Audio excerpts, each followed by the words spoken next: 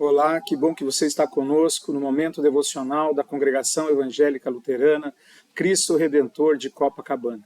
Que o Deus Pai, Filho e Espírito Santo nos acompanhe no meditar da sua palavra. Convido você a abrir a Bíblia em Romanos capítulo 15. Quero começar esse momento devocional perguntando a você: você se considera forte ou fraco na fé? Paulo começa o capítulo 15 falando dessa forma: ora, nós que somos fortes na fé, temos de suportar as debilidades dos fracos e não agradar a nós mesmos. Lembrando que a gente meditou na semana passada em Romanos 14, em que a gente vê que o forte e o fraco na fé ali, de alguma maneira, são representados da seguinte maneira: o fraco é aquele que ainda está preso, por exemplo, a algumas coisas do seu passado religioso. No caso dos judeus, a dias, a comidas que ainda são consideradas por eles impuras. E o forte é aquele que é capaz de abrir mão de coisas que não são erradas, como comer carne de porco, para aqueles que todos os dias são iguais. Ele abre mão dessa sua liberdade por amor ao próximo. Forte na fé não é aquele que faz uma montanha sair do seu lugar, ser movida. Forte na fé é aquele que confia em Jesus Cristo como seu único e suficiente Salvador, sem ter que fazer nada, cumprir preceitos, como uma maneira de mostrar a sua força espiritual.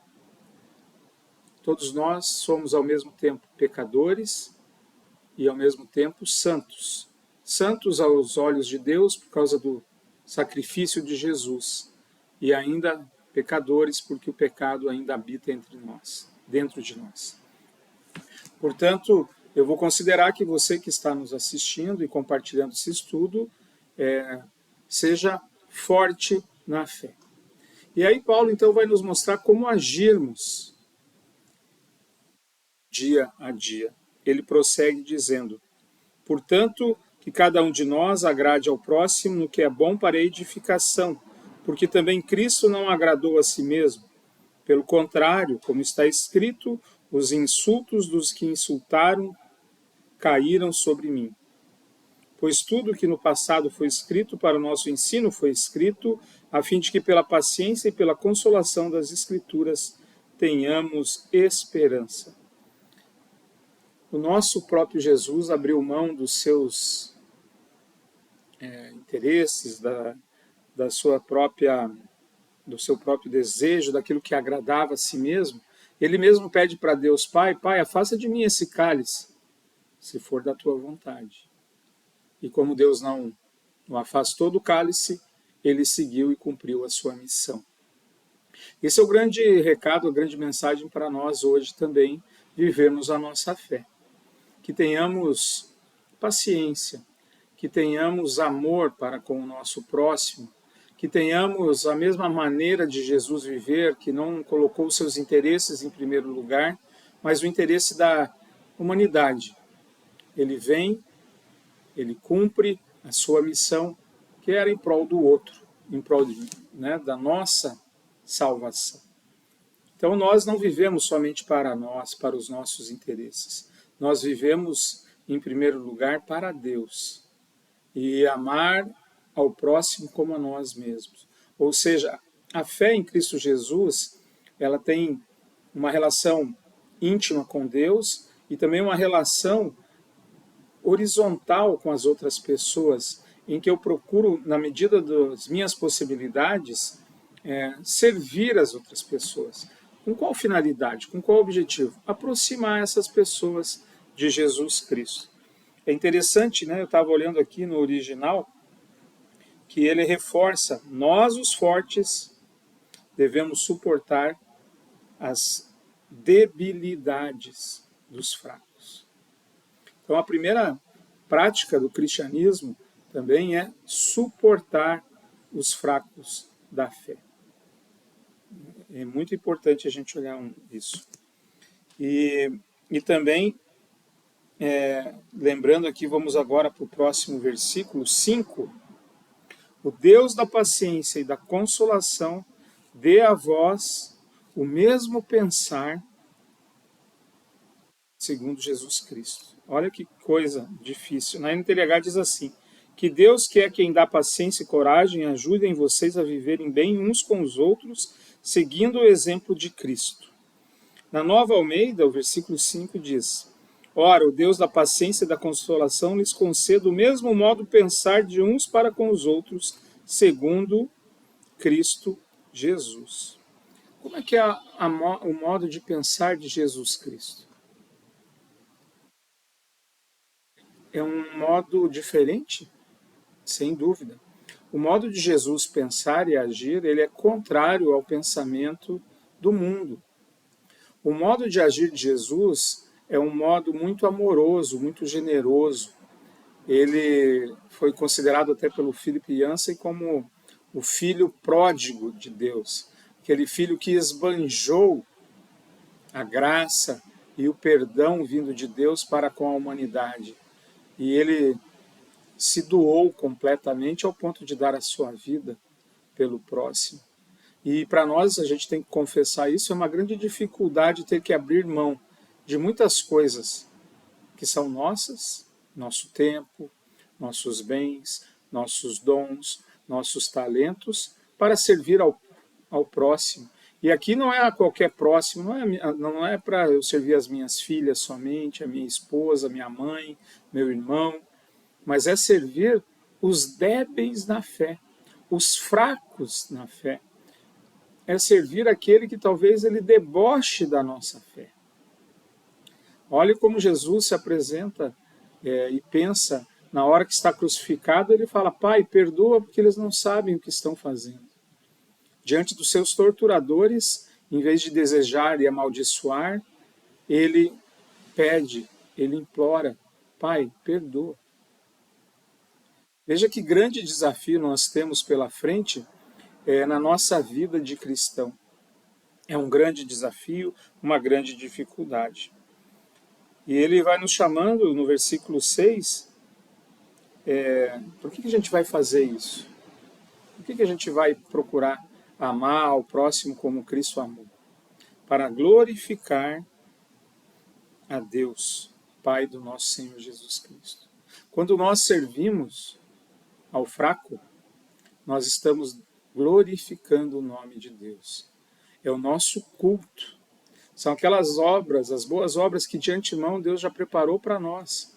Ali, através dessas ações, nós estamos cultuando o nosso Deus, glorificando ao nosso Deus, respondendo ao amor de Deus que enviou seu Filho ao meu encontro.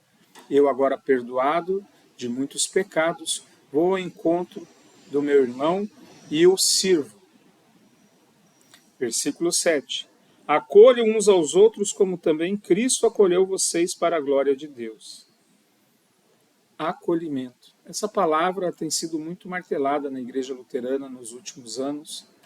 A Vice-Presidência de Ação Social tem nos incentivado e nos motivado a ser cada vez uma igreja mais acolhedora. Essa também é um dos propósitos da nossa congregação aqui de Copacabana, ser uma congregação acolhedora. Graças a Deus, tenho ouvido vários testemunhos de pessoas que se sentem bem quando vêm à nossa igreja, se sentem acolhidos. Glória a Deus por isso e que Deus nos ajude a receber cada vez melhor cada pessoa que vem ao nosso encontro. Que venha como vier, pois é a palavra de Deus que é o meio pelo qual Deus transforma o coração das pessoas. É a palavra de Deus, o meio da graça que o Espírito Santo usa para que as pessoas sejam convertidas, sejam transformadas. Então nós não devemos ficar esperando que a pessoa mude para vir à igreja, mas esperamos que ouvir a igreja e ouvir a palavra transforme vidas. Nós cremos nisso.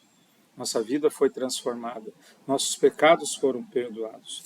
Por isso nós avançamos nessa visão de que queremos ser uma igreja acolhedora, uma igreja que receba bem as pessoas.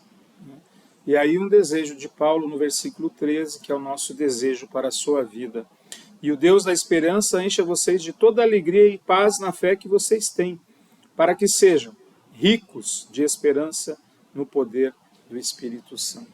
Nós que já fomos chamados por Deus, já temos a fé em Cristo Jesus, sabemos como isso traz paz, porque temos os nossos pecados perdoados. Sabemos como isso nos traz alegria, porque apesar das tribulações, das provações, das perseguições, nós temos a certeza da vida eterna. Não precisamos temer quem pode matar o corpo, mas devemos temer aquele que pode nos mandar para o inferno, o nosso Deus. Mas em Cristo, nós não temos medo da morte. Em Cristo, não temos medo do juízo final, pois Jesus já pagou o preço, já nos deu a salvação. E agora Ele nos chama a fazer parte dessa equipe de resgate, para que mais pessoas creiam, confiem plenamente em Jesus. Aqueles que ainda estão amarrados a práticas religiosas do passado, consigam passar por essa fase de transição e confessar que só em Cristo há salvação. E aquele que ainda não crê, que possa juntar-se a nós pela ação do Espírito Santo, através da pregação da palavra, e que possa, assim como eu e como você, glorificar a Deus no dia a dia da nossa vida, amando, servindo, acolhendo os fracos e os não convertidos. Que Deus nos abençoe nessa tarefa, nos motive e nos dê a força necessária. Em nome de Jesus. Amém. Oremos. Querido e bom Deus, graças te dou, porque o Senhor me resgatou das trevas para a luz. E agora, fortalecido pelo ouvir da tua palavra, envia-me, Senhor, a servir ao meu próximo, que eu tenha o mesmo modo de pensar de Jesus, que ao olhar para mim não me condenou, mas me perdoou, me acolheu. Que assim seja também o meu modo de agir na vida das pessoas.